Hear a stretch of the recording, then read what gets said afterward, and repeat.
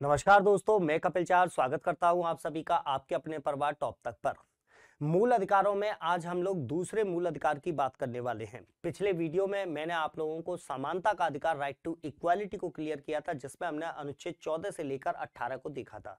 आज हम बात करने वाले हैं स्वतंत्रता के अधिकार की, राइट टू फ्रीडम की, जिसका उल्लेख अनुच्छेद 19 से लेकर 22 के बीच में किया गया है। तो एक एक करके इन सभी आर्टिकल्स की हम लोग यहाँ पर बात करते हैं। तो देखिएगा, सबसे पहले हम लोग बात कर रहे हैं अनुच्छेद 19 के बारे में। ठीक है, हम सबसे पहले यहाँ पर बात कर रहे हैं, हम बात कर रहे हैं अनुच्छेद 19 के बारे में। अनुच्छेद 19 आपसे क्या कहता है? वाक स्वातंत्र्य आदि विषयक, है ना, वाक स्वातंत्र्य आदि विषयक अधिकारों का संरक्षण। ठीक है, आपको एक चीज याद रखना है कि यह जो आर्टिकल है अनुच्छेद 19 जो संबंधित है, यह आपका बोलने की स्वतंत्रता से संबंधित अनुच्छेद है। ठीक है, आपको यहां पर याद रखना है कि इसमें इसका उल्लेख अनुच्छेद 19 में है और इस अनुच्छेद के दो भाग हैं, है ना। आपका जो अनुच्छेद 19 है वो दो भागों में बटा हुआ है। पहला भाग जो है, उस पहले भाग के अंदर उन स्वतंत्रताओं के बारे में बताया गया है, उन अधिकारों के बारे में बताया गया है जो यह आर्टिकल आपको प्रदान करता है। और अगर दूसरे खंड की बात करें तो यह दूसरा खंड उन मर्यादाओं को बताता है, उन चीजों को बताता है जिनके आधारों पर आपकी स्वतंत्रता पर रोक लगाई जा सकती है या आपके अधिकार को रेस्ट्रिक्ट किया जा सकता है। आपको एक और चीज याद रखनी है कि पहले यहां पर 7 प्रकार के अधिकार आपको प्रदान किए गए थे, लेकिन 44वें संविधान संशोधन के द्वारा एक अधिकार को समाप्त कर दिया गया। इसीलिए वर्तमान में इनकी संख्या कितनी रह गई है? तो वर्तमान में इनकी संख्या 6 रह गई है। ये 6 कौन कौन से हैं? तो देखिएगा, पहला है ना, पहला आपसे कहता है वाक एवं अभिव्यक्ति की स्वतंत्रता। ठीक है, मतलब right to speak and represent, है ना। आपको बोलने की और अपने आप को रिप्रेजेंट करने का जो अधिकार प्राप्त होता है वो आपको प्राप्त होता है आर्टिकल 19 के तहत, 19 के का पार्ट में। ठीक है, आपको एक और चीज याद रखना है कि अगर इसकी बात करेगा तो आपको याद रखना है, इसको लिखने का एक तरीका ये भी हो सकता है, ये किसमें है? तो आर्टिकल 19 में है, आर्टिकल 19 के भाग 1 में है। और स्वतंत्रता कौन सी है? पहली। तो ये आर्टिकल 19(1)(a) कहलाएगा। क्या कहलाएगा? आर्टिकल 19(1)(a) कहलाएगा। वाक एवं अभिव्यक्ति की स्वतंत्रता के अंतर्गत ही आपको विशेष तौर पर याद रखना है कि प्रेस की स्वतंत्रता, ठीक है, प्रेस की स्वतंत्रता जो है इसको भी आर्टिकल 19(1)(a) के तहत शामिल किया गया है। बहुत इंपॉर्टेंट है, बहुत ज्यादा एग्जाम में पूछा जाता है। दूसरा पॉइंट यहां पर देखिएगा, इसका उल्लेख मिलेगा, ये होगा आर्टिकल 19(1) का बी। क्या होगा? आर्टिकल 19(1) का बी। ठीक है, इसमें आपको क्या कह रहा है? ये कह रहा है शांतिपूर्वक एवं निरायुध सम्मेलन करने का अधिकार। ठीक है, आप शांतिपूर्ण तरीके से बिना हथियारों के किसी भी सम्मेलन का आयोजन कर सकते हैं। इसी प्रकार तीसरा जो है इसको आप कहेंगे आर्टिकल 19(1)(c। क्या कहेंगे? आर्टिकल 19(1)(c कहेंगे। और यह आपसे कहता है समुदाय अथवा संघ बनाने की स्वतंत्रता। ठीक है, मतलब आप अपने मन से किसी भी प्रकार के ग्रुप को फॉर्मेट कर सकते हैं। इसके बाद आता है घ, ये कहता है आर्टिकल 19(1)(d। ठीक है, ये इसका आप कह सकते हैं आर्टिकल 19(1)(d। 19(1)(d) में क्या लिखा हुआ है? तो ये कहता है भारत के राज्य क्षेत्र में सर्वत्र अबाध संचरण का अधिकार।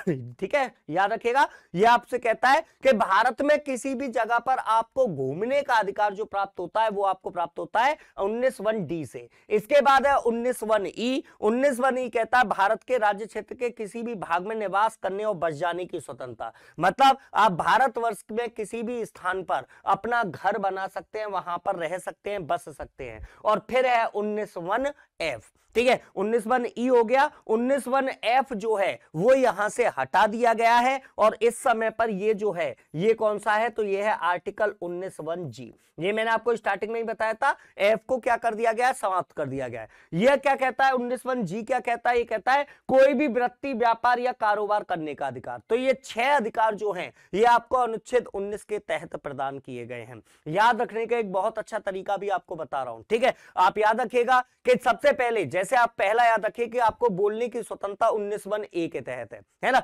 अगर आप मान लीजिए मैं कह रहा हूं कि मैं बोलना चाहता हूं, मैं भाषण देना चाहता हूं, तो अगर मैं भाषण दूंगा तो मुझे क्या करना पड़ेगा, मुझे किसी ना किसी जगह पर ऑडियंस भी तो होनी चाहिए भाई, कम से कम सुनने वाले लोग तो होने चाहिए, तभी तो आप वहां पर भाषण दोगे। तो यानी दूसरा अधिकार जोड़कर रखिएगा, आप कहेंगे सम्मेलन करने का अधिकार। ठीक है, जब मैं भैया वहां पर भाषण दूंगा, मेरा भाषण आप लोग सुनेंगे या दूसरे लोग सुनेंगे, तो दूसरे लोग सुनने के बाद क्या होगा, कुछ लोग मुझसे सहमत हो जाएंगे, कुछ लोग मुझसे असहमत भी हो सकते हैं। तो मान लीजिए जो लोग मुझसे सहमत हैं उन सबको मिलाकर मैंने एक क्या बना लिया, ग्रुप बना लिया। तो तीसरा अधिकार जोड़कर रख सकते हो, संघ बनाने की स्वतंत्रता। ठीक है, इसके बाद क्या होगा कि भैया जैसे ही आपका एक ग्रुप फॉर्मेट हुआ, मेरे साथ में 3 4 5 6 10 लोग जुड़े, तो भैया जहां पर मिल जाए 4 यार, तो मन क्या करता है, घूमना। ठीक है, यानी अगली स्वतंत्रता को आप जोड़कर रख सकते हैं कि आपको सर्वत्र अबाध संचरण का अधिकार। इसके बाद आपको याद रखना है कि यहां पर भैया जब घूमते घूमते आप किसी जगह पर निकले और मान लीजिए आपको कोई जगह बहुत ज्यादा पसंद आ गई और आप कहने लगे कि मैं तो यहीं पर घर बना के रहूंगा,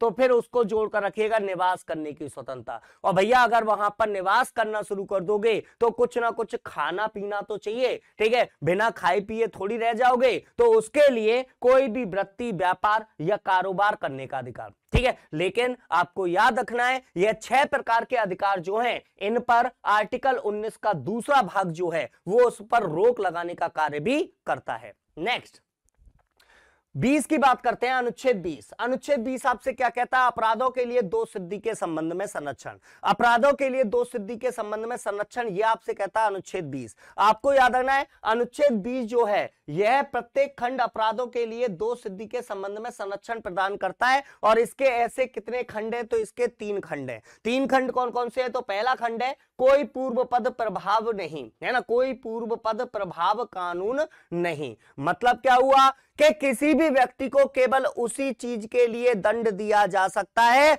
जिसके लिए प्रवर्त कानून होगा। ठीक है, तो यहां पर लिखा भी हुआ है कोई व्यक्ति तब तक अपराधी नहीं माना जाएगा जब तक कि उसने प्रवर्त विधि का उल्लंघन ना किया हो। मतलब अगर आपके द्वारा किसी इस समय पर जो कानून लागू है, अगर उस कानून का उल्लंघन किया गया है तो आपको दंड दिया जाएगा। अगर वो कानून इस समय पर लागू नहीं है तो आपको दंड नहीं दिया जा सकता। दूसरा भाग कहता है दोहरी क्षति नहीं। दोहरी क्षति नहीं का मतलब क्या है कि एक ही अपराध के लिए 2 बार दंडित नहीं किया जा सकता। आपको एक ही अपराध के लिए 2 बार दंड नहीं दिया जा सकता। ऐसे ही तीसरा भाग कहता है स्वयं अभिशंसन नहीं, है ना। स्वयं अभिशंसन का मतलब क्या होता है कि किसी भी व्यक्ति को अगर गिरफ्तार किया जाता है तो उस व्यक्ति को अपना अपराध स्वीकार करने के लिए बाध्य नहीं किया जा सकता। इन तीनों को याद रखेगा बहुत अच्छे से कि आपके अनुच्छेद 20 के अंतर्गत 3 पॉइंट आते हैं। कोई पूर्व पद प्रभावी कानून नहीं, दूसरा दोहरी क्षति नहीं, और तीसरा है स्वयं अभिशंसन नहीं। ठीक है, नेक्स्ट देखिएगा यहां पर आता है अनुच्छेद 21। बहुत इंपॉर्टेंट है, आपको याद रखना है अनुच्छेद 21। अनुच्छेद 21 आपसे कहता है प्राण और दैहिक स्वतंत्रता का अधिकार। ठीक है, प्राण और दैहिक स्वतंत्रता का अधिकार यह आपको मिला हुआ अनुच्छेद 21 के तहत।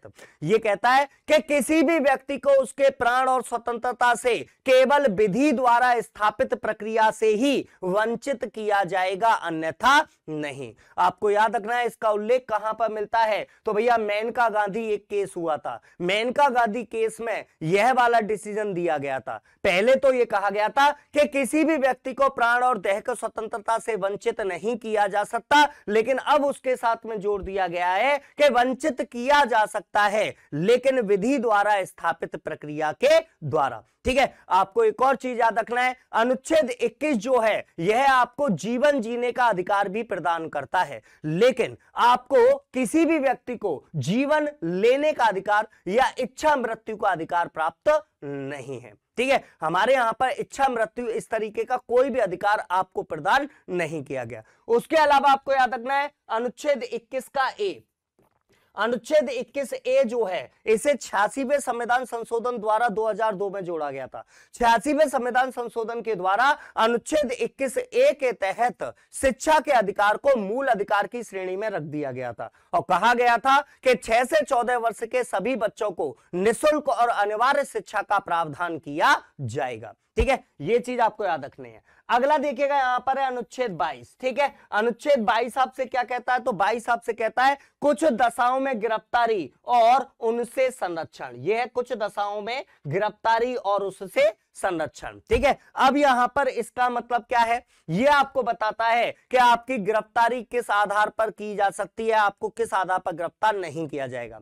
अनुच्छेद 22 जो है इसके भी दो भाग हैं। पहला भाग साधारण कानून के मामले में है, जबकि दूसरा भाग जो है ये निवारक हिरासत मामलों से संबंधित है, ठीक है। होता क्या अभी आगे बताऊंगा। पहला भाग जो है, इस पहले भाग में आपको 3 प्रकार की चीजें बताई गई हैं, है ना। आपको कह रहा है कि जब कोई साधारण कानून के तहत गिरफ्तार किया जाता है तो, है ना, अगर किसी व्यक्ति को साधारण कानून के तहत गिरफ्तार किया जा रहा है तो उसे 3 अधिकार प्राप्त होंगे। क्या?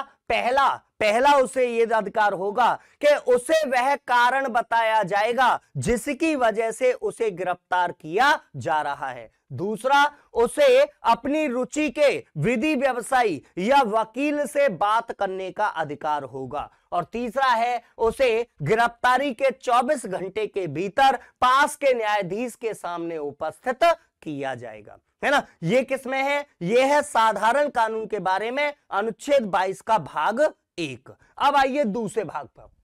दूसरा भाग क्या कहता है? दूसरा भाग निवारक निरोध से संबंधित प्रावधानों का उल्लेख करता है। मतलब अगर आपकी गिरफ्तारी साधारण कानून में नहीं हुई है, यदि आपको निवारक निरोध कानून के तहत गिरफ्तार किया गया है तो फिर आपके पास क्या अधिकार होंगे। तो इसमें क्या कह रहा है, यह उन व्यक्तियों को सुरक्षा प्रदान करता है जिन्हें दंड विषयक कानून के अंतर्गत गिरफ्तार किया गया है। यह सुरक्षा नागरिक एवं विदेशी दोनों को उपलब्ध है। किसे? नागरिक एवं विदेशी दोनों को उपलब्ध है। अब इसमें क्या क्या शामिल है? तो पहला पॉइंट, निवारक निरोध के अंतर्गत किसी व्यक्ति को 3 माह से अधिक के लिए निरुद्ध नहीं किया जाएगा, है ना। याद रखिएगा भाई, यदि किसी व्यक्ति को निवारक निरोध कानून के तहत गिरफ्तार किया जाता है तो जो साधारण गिरफ्तारी के समय आपको 3 अधिकार प्राप्त होते हैं, ये तीनों अधिकार आपको प्राप्त नहीं होंगे। उसके अलावा नई चीजें क्या होंगी? तो नई चीजें होंगी कि जो व्यक्ति होगा इसके तहत निवारक निरोध कानून के तहत यदि किसी व्यक्ति को गिरफ्तार किया जाता है तो 3 माह से अधिक के लिए उसे निरुद्ध नहीं रखा जाएगा। लेकिन यदि संबंधित व्यक्ति को 3 माह से अधिक अवधि तक रखना आवश्यक है तो इसके लिए सलाहकार बोर्ड की संस्तुति लेना अनिवार्य है ना। अगर आपको उसे 3 महीने से ज्यादा निरुद्ध रखना है तो फिर आपको सलाहकार बोर्ड से इसकी अनुमति लेनी पड़ेगी। आगे क्या कह रहा है? सलाहकार बोर्ड का गठन उच्च न्यायालय के वर्तमान अथवा भूतपूर्व न्यायाधीश अथवा समकक्ष योग्यता रखने वाले व्यक्तियों से मिलकर होगा, है ना। सलाहकार बोर्ड में कौन लोग शामिल होंगे? तो आपको बताना है सलाहकार बोर्ड के अंतर्गत उच्च न्यायालय के वर्तमान या भूतपूर्व न्यायाधीश या उसके समकक्ष न्यायाधीश इसमें शामिल होंगे। ये कह रहा है इस बोर्ड द्वारा इस आशय की संस्तुति देने के बाद ही गिरफ्तारी की अवधि 3 माह से अधिक अवधि के लिए बढ़ाई जाएगी, है ना। यह है आपका अनुच्छेद 22, ठीक है। आपको एक चीज विशेष तौर पर याद रखना है कि अनुच्छेद 22 में अगर आपकी साधारण गिरफ्तारी होती है तो फिर आपके पास क्या अधिकार होंगे, और यदि आपको निवारक निरोध कानून के तहत गिरफ्तार किया गया है तो फिर आपके अधिकार क्या होंगे, ठीक है। इसमें आपको विशेष तौर पर एक और बात याद रखनी है कि इसी के तहत हमारे देश के अंदर कई सारे कानून बनाए गए। जैसे आप लोगों ने नाम सुना होगा मीसा, आपने नाम सुना होगा टाडा, आपने नाम सुना होगा पोटा। ये जितने भी कानून हैं ये सभी निवारक निरोध के तहत ही तैयार किए गए थे, है ना। यहां पर आपको याद रखना है कि ये चारों अधिकार जो हैं, यह चारों अधिकार आपको स्वतंत्रता के अधिकार के तहत मूल अधिकारों में प्राप्त प्रदान किए गए। यदि वीडियो आप लोगों को अच्छी लगी हो तो इसे लाइक और शेयर करना मत भूलिएगा। टॉप तक चैनल को सब्सक्राइब कर लीजिएगा, बेल आइकन को दबा दीजिएगा। अगर इसका पीडीएफ आपको चाहिए तो टॉप तक पीडीएफ पर जाकर आप इसके पीडीएफ को भी प्राप्त कर सकते हैं। जय हिंद, जय भारत।